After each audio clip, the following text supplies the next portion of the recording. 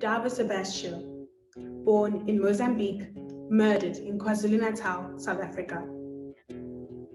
Kabayiza Tintin, born in Rwanda, murdered in the 1994 genocide against the Tutsi. Mina Kushner, born in Lithuania, murdered in the Holocaust.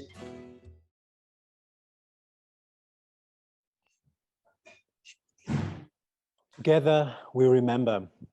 Since 2007, the South African Holocaust and Genocide Foundation has not only provided the educational and philosophical direction for the 3 Holocaust centers in South Africa, but through its public programs, the South African Holocaust and Genocide Foundation raises awareness of Holocaust history and other genocides and uses the platform of the Holocaust to focus on human rights issues in contemporary society.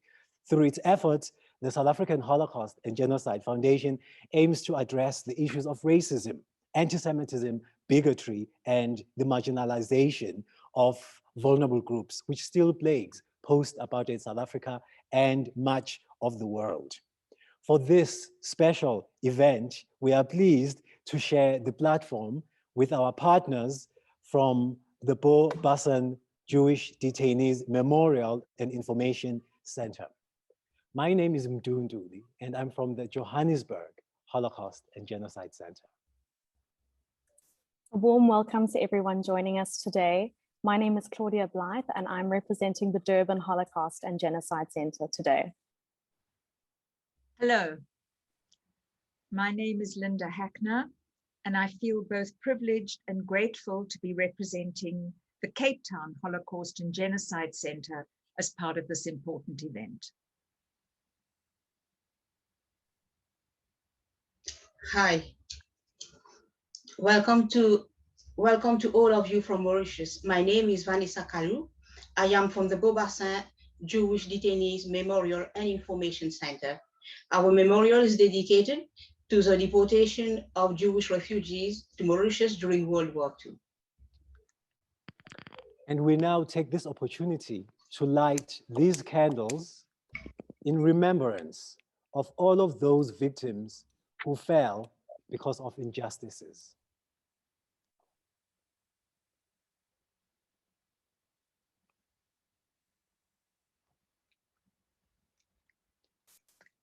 Helene Jaffee. Sorry, Linda.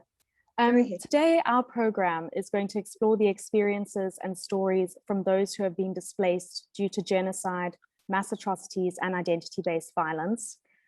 We're going to hear voices and stories and artistic responses from refugees and survivors of genocide, xenophobic attacks, and discrimination in Southern Africa.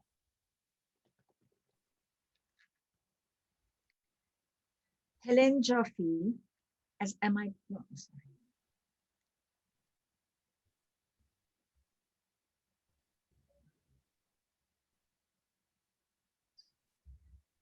over to you, Linda. Thank you. Helene Jaffee, as an 8-year-old, was torn from her family. Her displacement happened in 1943 in France during World War II. She had to become a mother to her little 4-year-old brother, finding ways for both of them to survive. Sadly, not much has changed in our world. Children are still the collateral damage of political and social upheaval.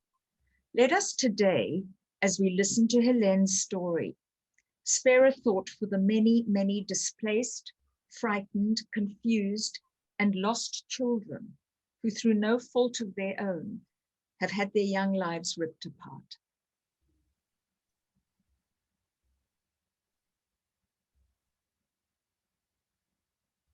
Life before the war, I was only 8 when my life changed.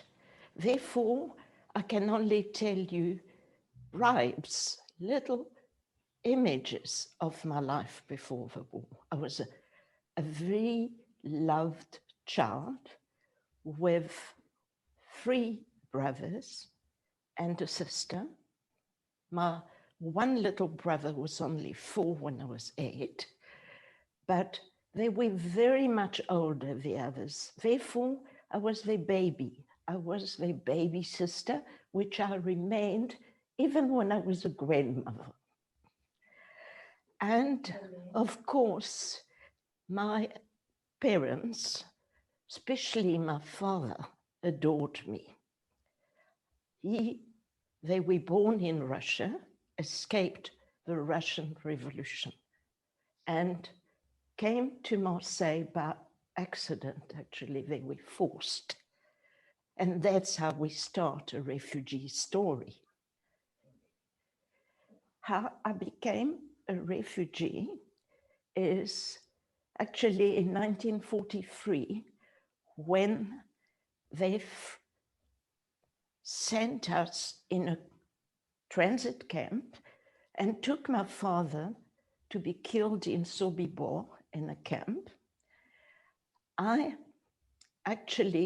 life completely changed. I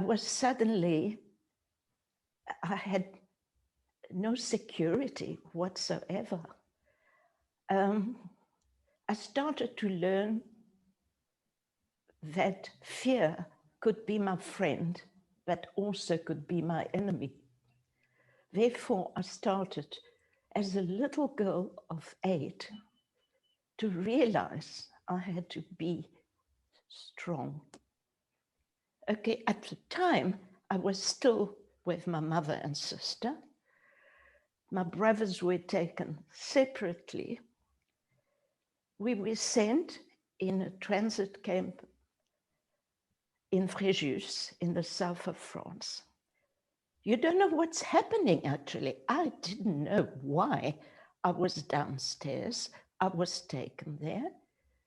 Well, eventually, when we could, by chance, by a miracle, saved from that transit camp, the French resistance, French underground, which my brothers and my sister joined, they managed to find a way to save my mother and my little brother and myself.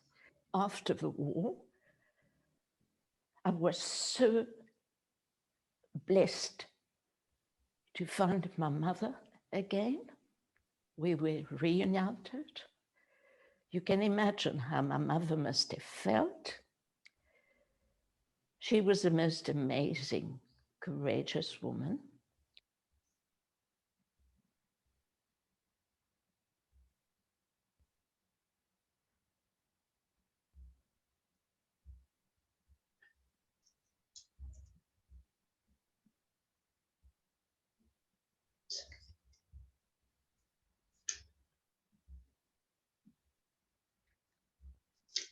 Our videos are a dedication to the children of the Jewish detainment camp in Mauritius. Young Mauritians will read and comment extract from the diary of Leopold Kelley. Harry was born in the free city of Danzig in December 1927. His elementary studies, like many other children, were interrupted by the Nazi invasion of Danzig in 1939. He and his mother were among the deportees in Mauritius. His diary was donated to the Ghetto Fighters House Museum in January 2019. Our presentation will then end with a commemoration by our young visitors to the deceased children of the camp. They painted a stone to honor their memories. Let us hear what the young people have to say.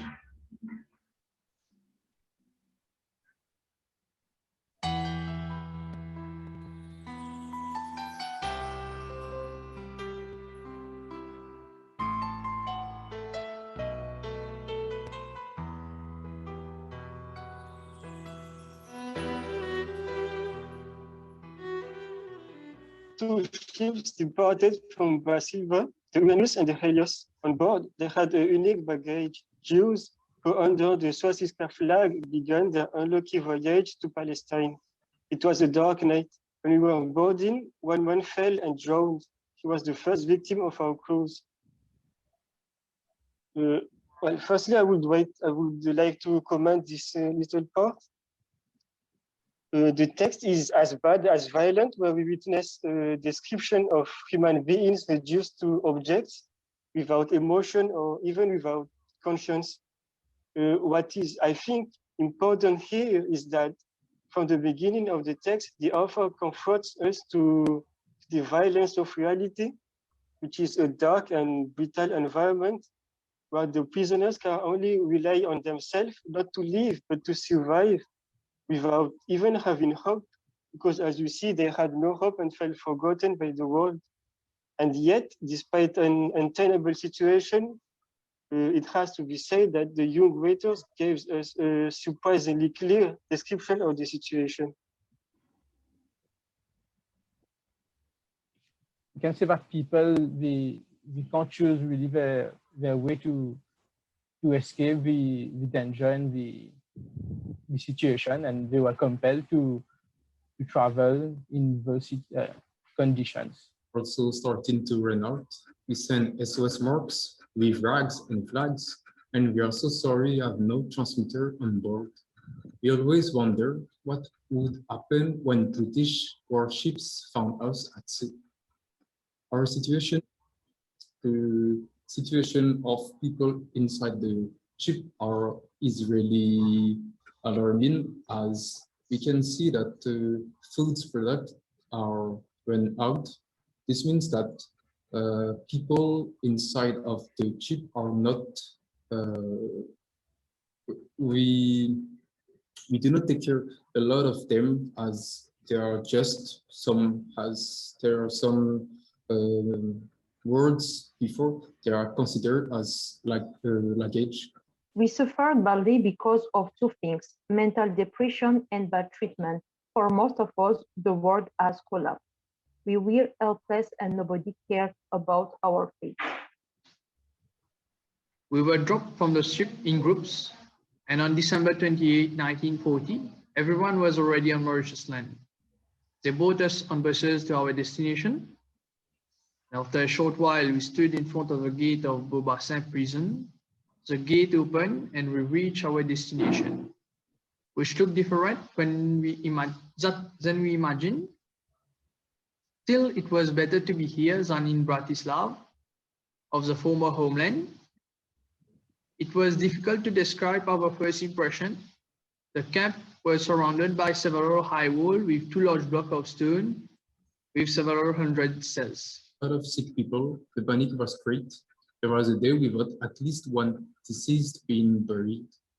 And yet people had nothing to wear because many clothes were taken from us in Athlete. And the camp here, we did not have the money to buy anything.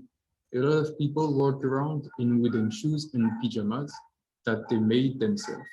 Mauritius now is you can say a touristic destination, and for those people it was not really the situation. They came here for vacation and all, and it's a little bit like a contrast for where we are now and what they go through in the past.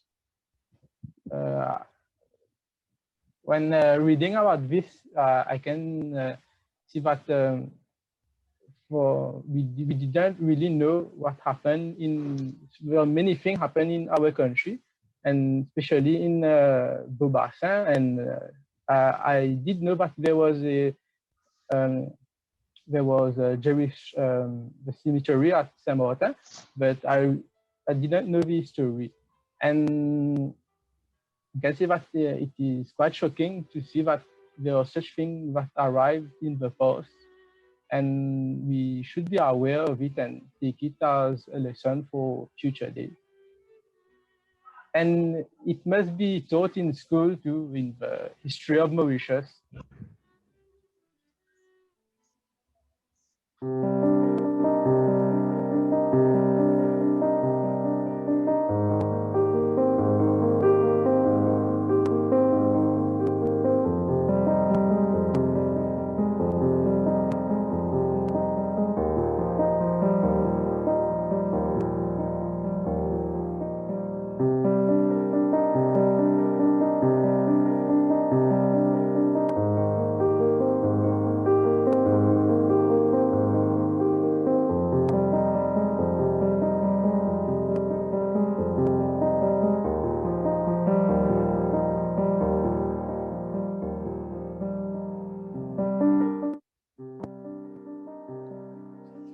Bonjour, je m'appelle Kayla, j'ai 9 ans et j'ai dessiné ce dessin pour Beau qui est mort à l'âge de 8 ans.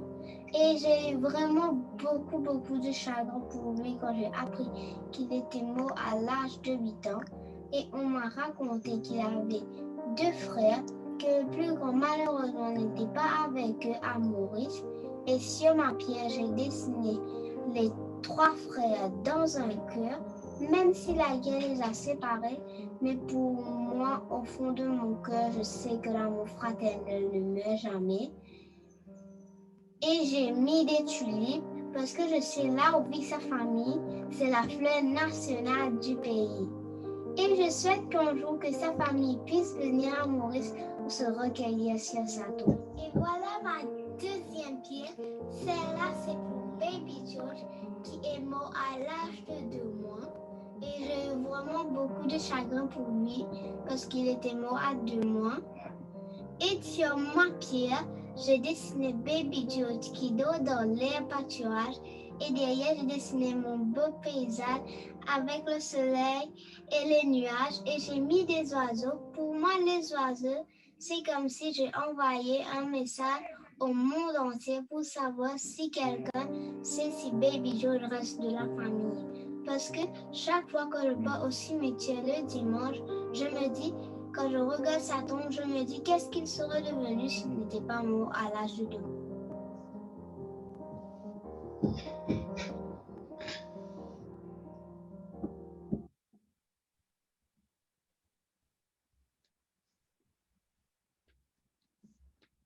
Wow, what a beautiful, wonderful message from the youth of Mauritius. And what a beautiful little girl for that message. She certainly takes after her mother. And those words from those young people were so simply and poignantly expressed. Vanessa, would you like to add anything to that message? Yes, I would like to thank all the victims for their sharing, as this is not only important for the preservation of history, but also it is a powerful tool for education for the young generation for it never to happen again. I urge anyone watching this program having information about baby George Slitner or any other children who is buried in the Simauta Cemetery to contact us via our website. All the links will be available at the end of our session. Thank you, Vanessa. And I hope that some information will come from some people about that. You know, it's been said before that history, despite its wrenching pain, cannot be unlived, but if faced with courage, need not be lived again. And the history of the Holocaust and the other genocides that we learn about are certainly painful histories that should serve as a lesson to teach us to do better and to be better. But we currently see events and instances where acts of othering and humiliation on groups that are vulnerable continue. And these acts cause harm and displacements of individuals and families. The crisis of refugees today is one that continues to be a point of great concern for many human rights educators and organizations. Claudia, can you tell us a bit more about the plight of the people you have spoken to? Thanks, Ndu. Yes, next we're going to be able to hear from 3 refugees who have settled in South Africa. We're going to hear from Peter Mohenbah, who's originally from the Democratic Republic of the Congo. Peter is actually a good friend of the Durban Holocaust and Genocide Center, and so we're so honored to be able to share his story with you today. Peter will be followed by Yvette, who's also a refugee from the Democratic Republic of the Congo. And finally, we'll hear from Fatima, who's originally from Rwanda. Both Yvette and Fatima are clients at the Scalabrini Center in Cape Town, and they assist with training, development, advocacy, welfare, and paralegal advice. We'll hear from them about their lives before they became refugees. They'll speak about their journeys, and finally, their challenges that they experienced as refugees living in South Africa. So over to the video, thank you.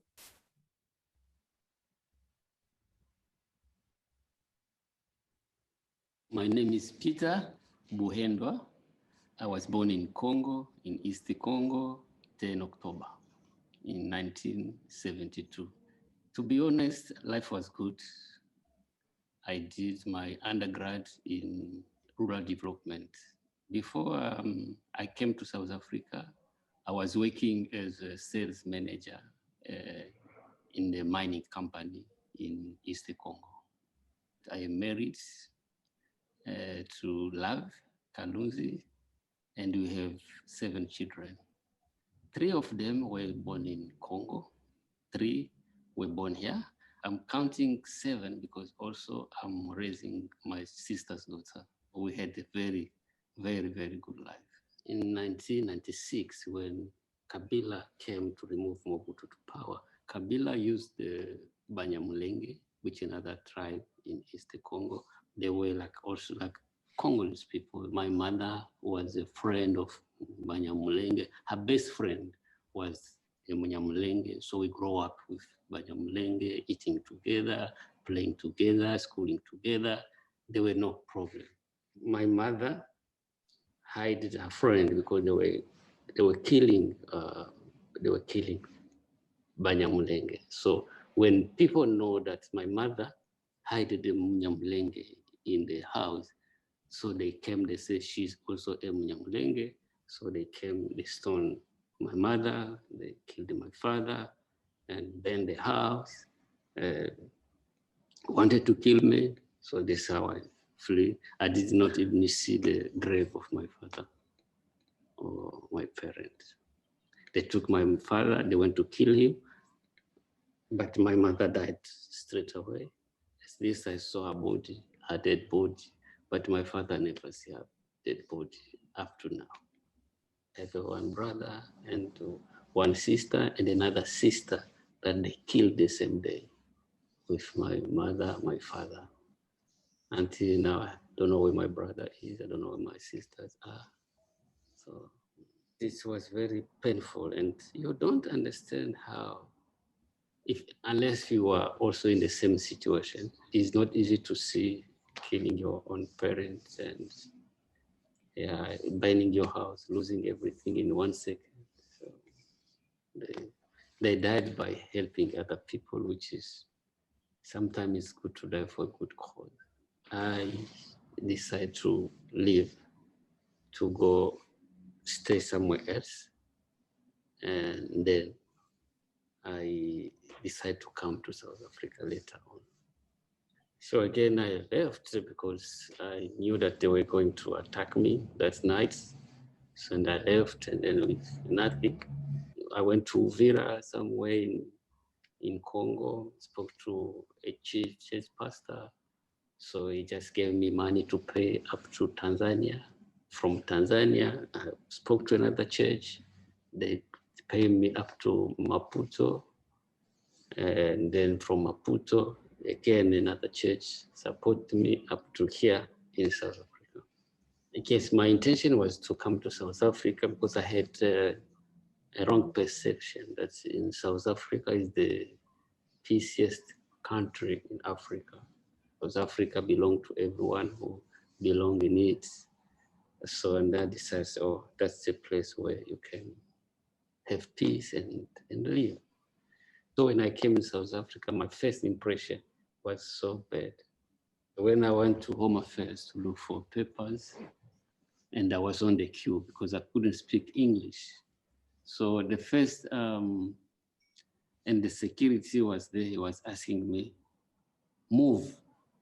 And because move, it doesn't make any sense in French, because I tried to associate move with movement, because when you do movement, it's like what I'm doing here. This is a movement. So, but say move. So I thought he's telling me to do a movement. So I did a movement. Then he came and then he slapped me. I cried. Yes, the slap was painful, but the emotion was more painful than the slap itself, because I picture myself, the life I was living. I had security. Again, opening the door for me to come in. Now it's the security was slapping me. It was very painful. My wife also had the same story. They wanted to attack her, so she also ran away with the kid. Same struggle with 3 kids. You can't believe. There is some miracles that you feel it's not true, but it's true. When I went to renew my second permit, we met at Home Affairs. Can you imagine? She's on the queue with the kids. I nearly fainted with joy and cried. We slept 3 days at Home Affairs on the queue for me to get a permit. So, and when you're inside, they start telling you, why are you coming here? What you coming here? You're just coming here to look to take our job, to take our wives. So most of the refugees are car guards, haircutters, and with small businesses that they open.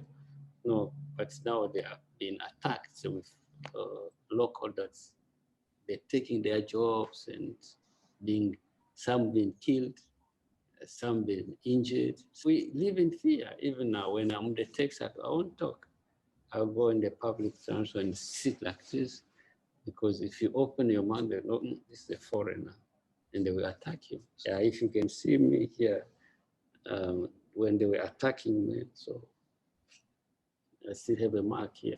If I were leading the world, I was going to say, okay, we're all citizens of the world.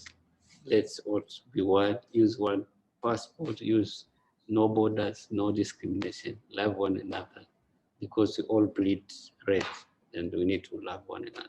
That's my belief, and yeah, this is where I stand, and I'm ready to die for that. Even though say, okay, you're hiding. Even if I was in Congo, I can still accept it. I will never say the Banyamulenge, no matter what, they're still people. We need to love them. And whoever, every person has value before God, and God sees us all one. I'm coming from DRC, Congo. So I was born in a part there called Kasai. Yeah, it's called, it's like a city called Mbushimai. So that's where I was born. But I went back again to Kinshasa after when I was 10 years. So we started living there, but life wasn't so easy. But then it was better than when it is today. I was 17 years then. Yeah, so that's when a friend helped me to go to Lubumbashi. So life there was even worse than where I was. Things were really tough there. Then a friend of mine told me like, okay, there's also another part there called Kasumbalesa. It's a border with Zambia. And we decided to go to Kasumbalesa. In our mind, we're not coming to South Africa because we don't even know where is South Africa. We never heard about this South Africa. Then there was a lady she knew from Zambia. The lady used to come there to Congo, help people cross the border. The lady came there around 10 o'clock at night. Then she said, we have to cross at 10 o'clock. Then I said, where, cross where, how? Because this thing is new to me. Then she said, no, I will help you guys, but you must just follow what I'm saying. But then I told her, like, I don't know anyone there in Zambia. I never meet people from Zambia. I don't even know how it looks like. But then she said, no, you know what? We just have to go. God will help us. Then she came back at 3 a.m. and said, okay, now we have to go. So it's like you are just walking from there to Zambia, just walking. So in the middle of nowhere at night, you're just walking till we got on the other side. So that's where we slept. We were there. She didn't have any money. She had to call home to come and fetch us there. So that's when a family member came to help us, and she took us there where she stays. So that's when we spent few months in there. And then she came one day and told us, okay, there's this other guy that I know who came with a truck. He's a truck driver coming here, going to Zimbabwe and going to South Africa. Now I can ask this guy if you guys would like to go to South Africa. Then we said, okay, it's fine. Took us there. We were hiding in the car because they mustn't see us because she was also going to get in trouble. After 3 days, he took us to where he stays. Then we bathed. Then we stayed there like for 2 days. Then he took us again. He said, now I have to go to South Africa. So we'll go again. What we do, we'll just sleep because I don't want anyone to see you. Police mustn't see you because I'll be in trouble. So that's when we sit here, we sleep in the truck. It was after, I think, 3 days also. That's when we reached the border. It was at night, like a Bedford border in Zimbabwe, going to South Africa.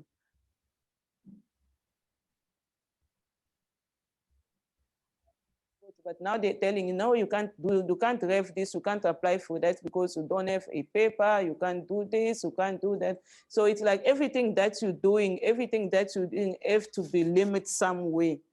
But we don't want that limit. We also want to be heard. We also want to do that because, okay, I'm able to do this. I'm also able to, but you can't do it because, because of that. Yeah, so also finding a job, it's sometimes difficult because you are a foreigner. It's also a problem. No, we don't allow foreigners because I remember, I think 3 years back, I was with my friends from South Africa. We went to apply for a job. So we met a guy there. Then he said, no, I can take your friend, but not you because you are a foreigner. So I felt bad. And then my friend also said, I'm not going to work. If it's like that, and me also, it's fine. Thank you for offering me a job, but I'm not going to do that. Because I cannot just say straight to a face that, no, I'm taking your friend, but since you are not from South Africa, I can't employ you. So that's when we left. And we left, so it was so bad because my friend wanted a job and I also wanted a job, but now she decided not to do it. She chose not to do it because I was feeling bad. You see, things like that, it also makes you cry sometimes, but who will hear that? Who will see your tears? It's also a problem. Yeah. The memories through genocide, I don't really remember very well. Because my mom told me that I was still young, but when we came back, when everything is settled. But when she came back, all her mother, sisters, all of them were in Rwanda. We are already killed.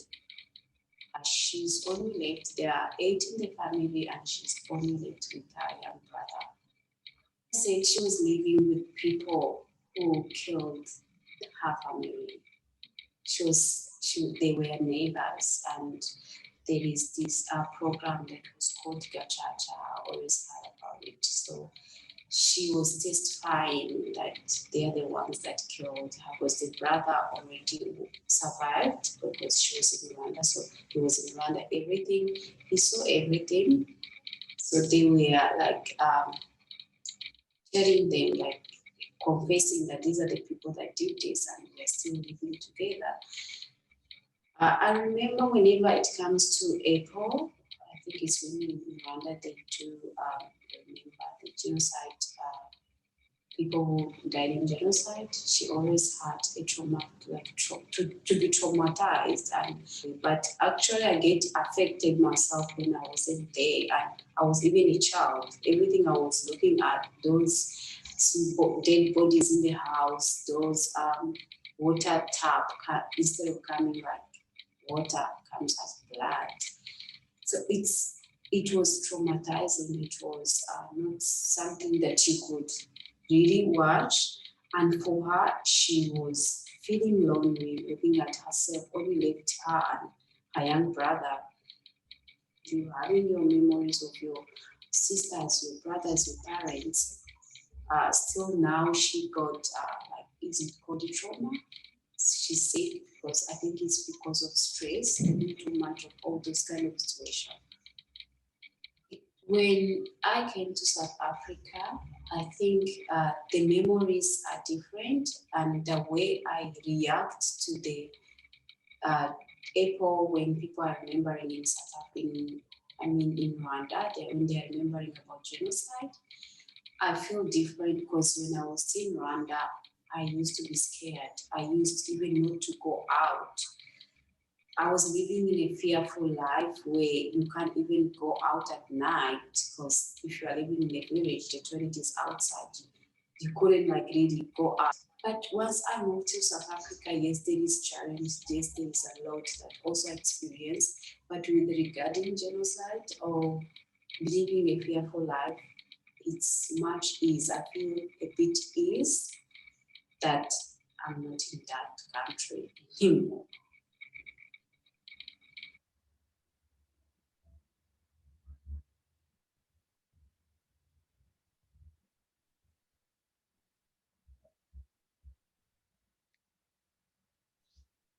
Women refugees carry enormous burdens. They are often under the threat of gender-based violence. They, by and large, bear the burden of holding together what remains of their fractured families, trying to create for their children some semblance of normality in what is a severely abnormal situation, all the while carrying their own trauma, which is a trauma that never disappears. Wow, thank you for that, Linda. And thank you for Claudia for those videos from Peter, Yvette, and Fatima. Very sad, but also inspiring a little bit. And now to a Holocaust survivor. Pinkas Guter is a Holocaust survivor. He survived 6 German Nazi concentration camps, and he now lives in Toronto, Canada. He was born in Lodz and was 8 years old when the Second World War started. Pinkas, along with his parents and twin sister, fled to Warsaw, where they were confined in the Warsaw Ghetto for 2.5 years. They were captured in April 1943 and deported to Majdanek killing center in occupied Poland. The Nazis murdered Pinkas's father, mother, and sister upon arrival. After the war, Pinkas and his wife, Dorothy, later moved to South Africa, where they lived until 1985, and then thereafter they moved and settled in Toronto. Even after 76 years after the Holocaust, Pinkas still deals with the feeling of guilt about being the only survivor from his family, but he still speaks and shares his story. And he believes that education is a powerful tool to encourage people to remember and do better. We will now watch a video testimony from Pinkas Guter.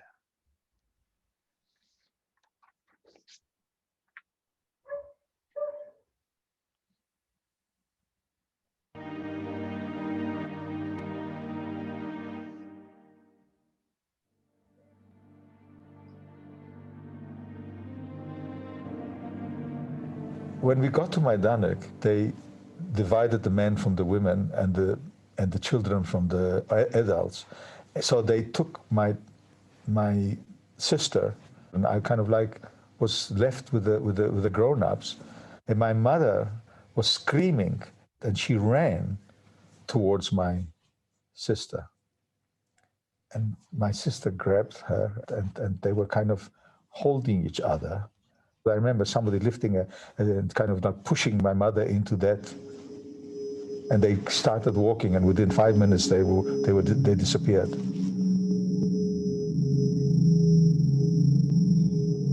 I remember my mother's and my father's face very clearly. I can't remember my sister's face. And I remember the last few minutes of her life in Majdanek. Again, I can't see her face. I can only see her running, and I can see her hair, and I can see her grasping my mother. But I can't see her face.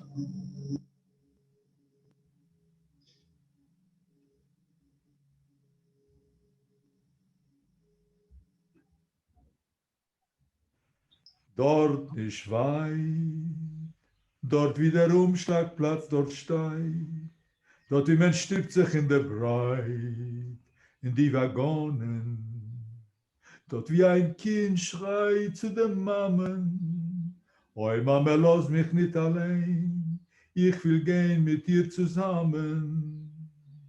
Schweig, Kinderle, schweig, Herzele, sag nicht euch, als du bist hier, weil Brüder, Schwester, Tate, Mammen, fuhren alle zusammen, fuhren alle zu versammen. Schweig, Kindle, schweig, Herzle, sag nicht euch, als du bist hier. Die Polizei, sie hat geheißen, schneller gehen. Ihr werdet nicht wissen, find kein Neu. Bakumen 3 Kilo Bräut.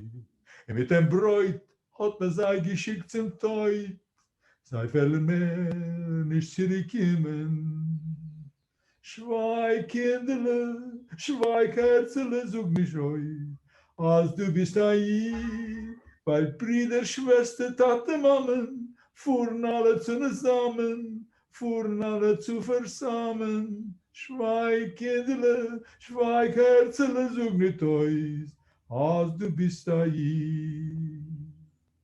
Treblinka dort, das ist das jüdischste Ort. Wer kommt dahin, verbleibt schon dort, wird mehr zurückkommen. Dort wie ein Kind schreit zu den Mammen. Oi Mama, lass mich nicht allein, ich will gehen mit dir zusammen. Schweig, Kinderle, schweig, Herzle, sag nicht euch, als du bist ein Lied, weil Brüder, Schwester, Tate, Mammen, fuhren alle zusammen. Fuhren alle zu versammen, schweig, Kinderle, schweig, Herzle, sag nicht euch.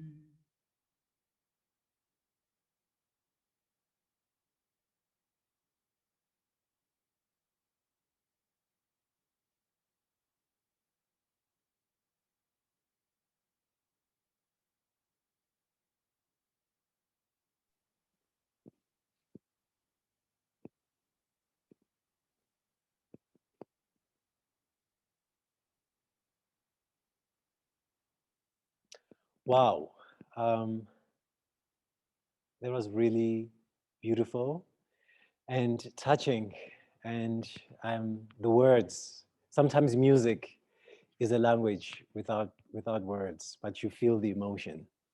And then now back to South Africa, to another sad story, but also inspiring. Emmanuel Sithole was a Mozambican immigrant in South Africa who died in 2015 after being attacked and killed because of his nationality in what is known as the xenophobic attacks. This attack and death of Emmanuel Sithole was captured on film by photojournalist James Otway and is displayed in an exhibition at the Johannesburg Holocaust and Genocide Center. And also there is a story of a man referred to as the man in the leather jacket who stood up against the attackers of Emmanuel Sithole. And this story is also highlighted as a story of the display of enormous courage in the face of danger. And now we will watch the stories of James Otway and the man in the leather jacket, and of course the story of Emmanuel Sithole. And then thereafter, we will be thrilled to listen to a recitation of names of fallen victims in remembrance of the events that took their lives by South African youth.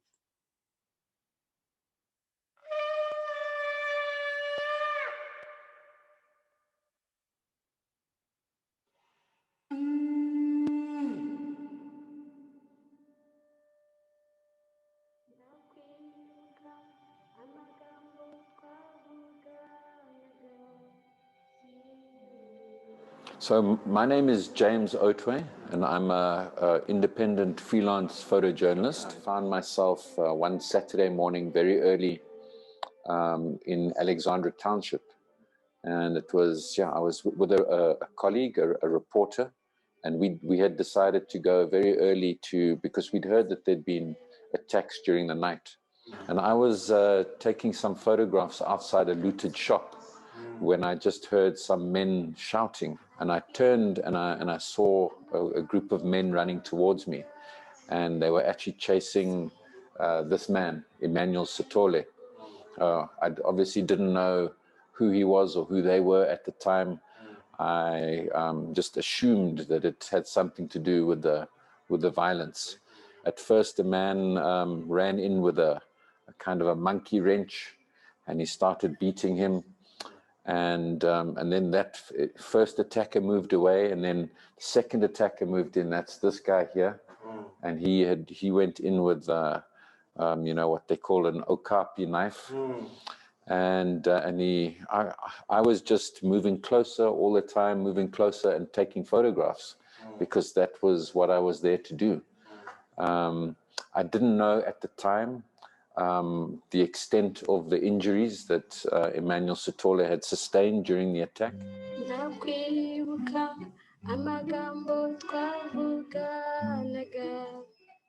Unfortunately, Emmanuel Sithole died. However, there was a brave young man in that incident who tried to help and who attempted to try and save his life. Can you tell us more about this young man and his act of bravery? Yes, so we started to call him the man in the leather jacket, because at the time we didn't know his name. It was only a year or two later that I actually found out what his name was. But during the attack, you know, those brief 27 seconds, I didn't really even notice it because it happened so quickly at the time. But when I looked at my photographs, I saw this guy in a leather jacket, young man, wearing a black leather jacket, and I noticed in the pictures that he's getting in. I think possibly part of me at first might have even thought that he was together with the attackers. But when I looked at the photographs afterwards, I noticed, hold on, but he's actually trying to intervene in the attack, to try to stop the attack. And, you know, what he really did that day was what a lot of people didn't have the guts to do.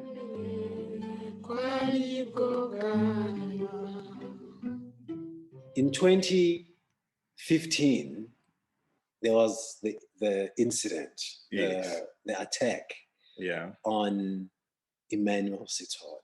Yes. Did you know him?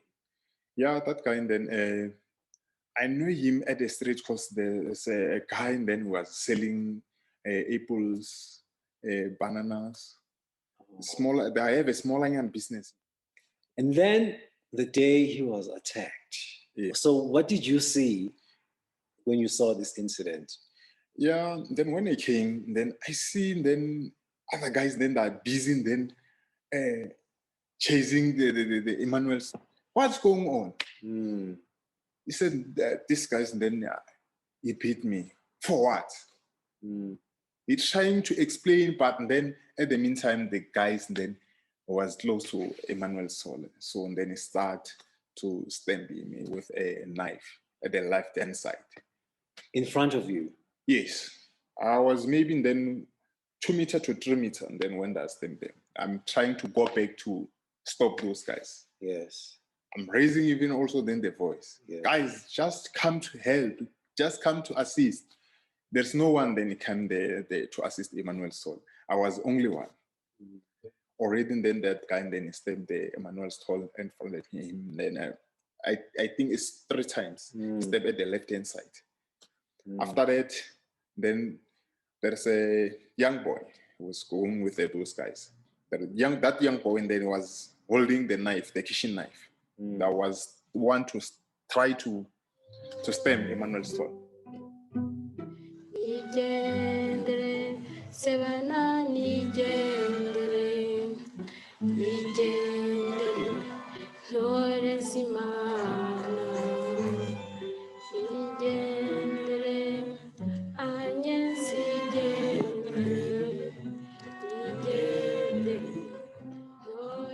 And then this changed your life.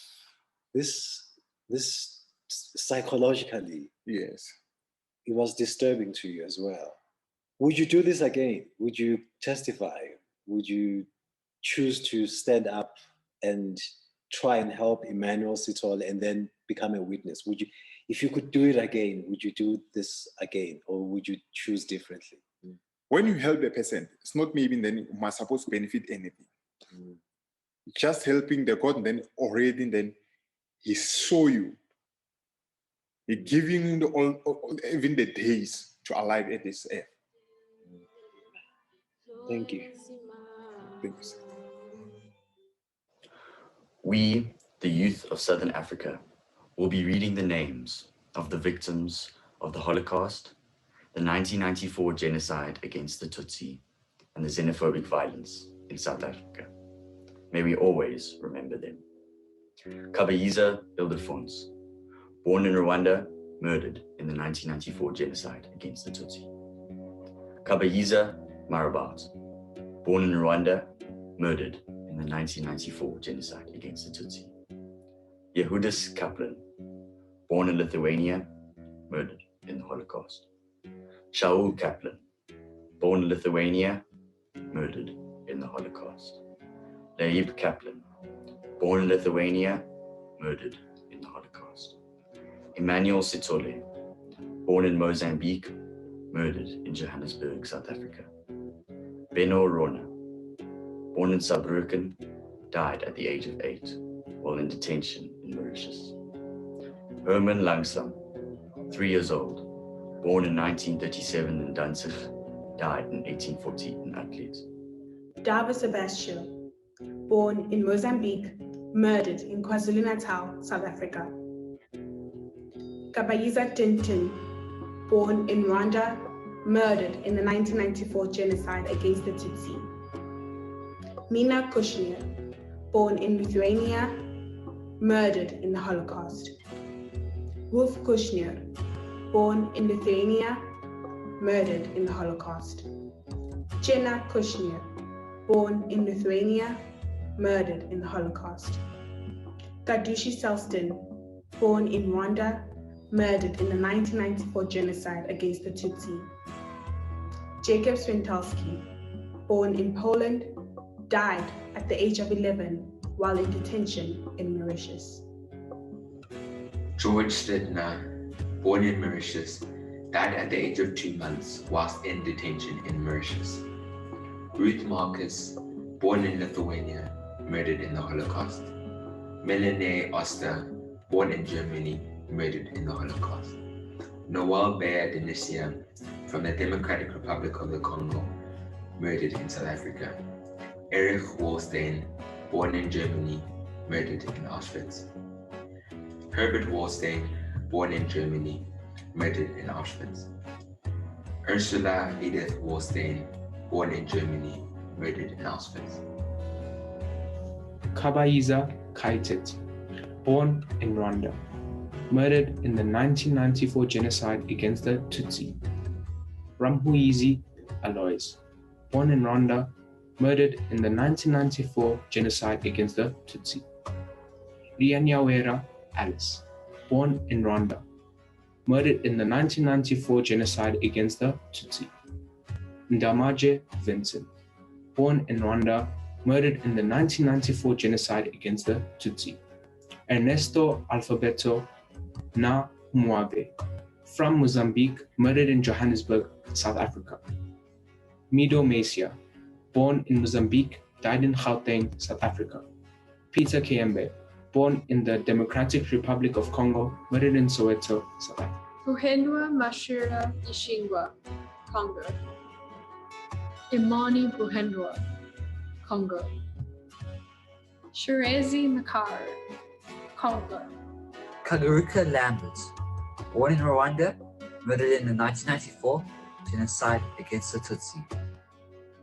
Kagaruka Imab, born in Rwanda, murdered in the 1994 genocide against the Tutsi. Anita Hirschman, born in Germany, died in detention in Mauritius. Emilia Becker Shapiro, born in Austria, died in detention in Mauritius. Jakub Afoldor, born in Poland, died in detention in Mauritius. Marcus Natas, born in Ethiopia, murdered in KwaZulu-Natal, South Africa. Ruth Gross, born in Austria, died at age 9 while in detention in Mauritius.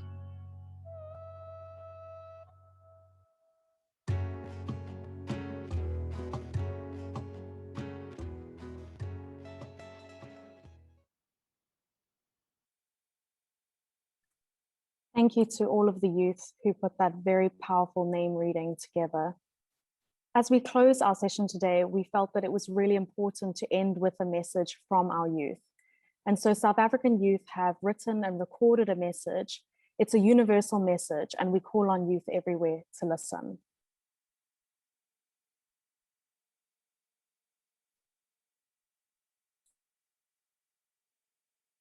Thank you to everyone for joining us today as we mark the end of Genocide Awareness Month. We commemorate several genocides within the month of April. As the years go on, the amount of people that can bear witness to these events dwindles. However, these events are part of our shared histories and cannot be forgotten. It is clear that the dangers of prejudice, racism, and hate have severe consequences.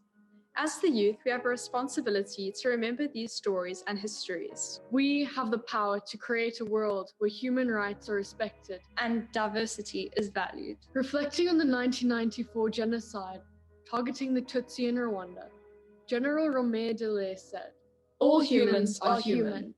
There are no humans more human than others." We as the youth of South Africa have a duty to survivors of these atrocities to remember their stories and carry forward a message of peace and tolerance. We call upon the youth of South Africa to grow our democracy, to celebrate diversity, and to respect the inherent value of all human beings. In the words of Nelson Mandela, it is in your hands to create a better world for all who live in it. All who live in it. For all those who live in it.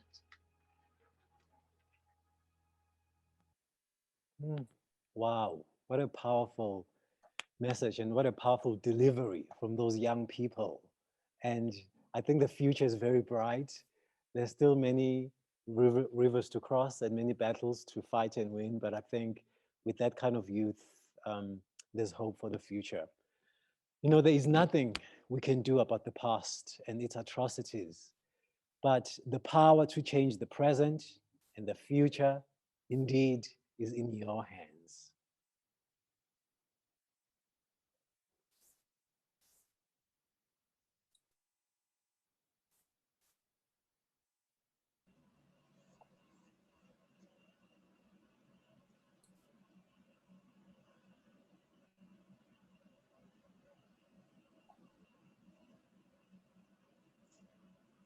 Thank you, everyone. Does that conclude your program, Madhu? Yes, just about, David.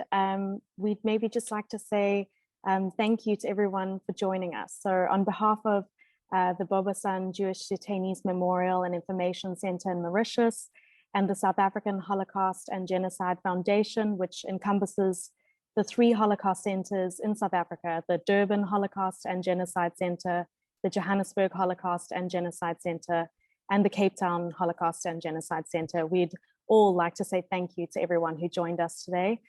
And if you'd like to stay in contact with our centers, please visit our websites for more information. The information is, our website details are on the screen now, and you can participate in our many online webinars and events. You can become a member of our centers, or you can support our work, maybe by making a donation through our websites. So thank you so much to everyone for joining us today.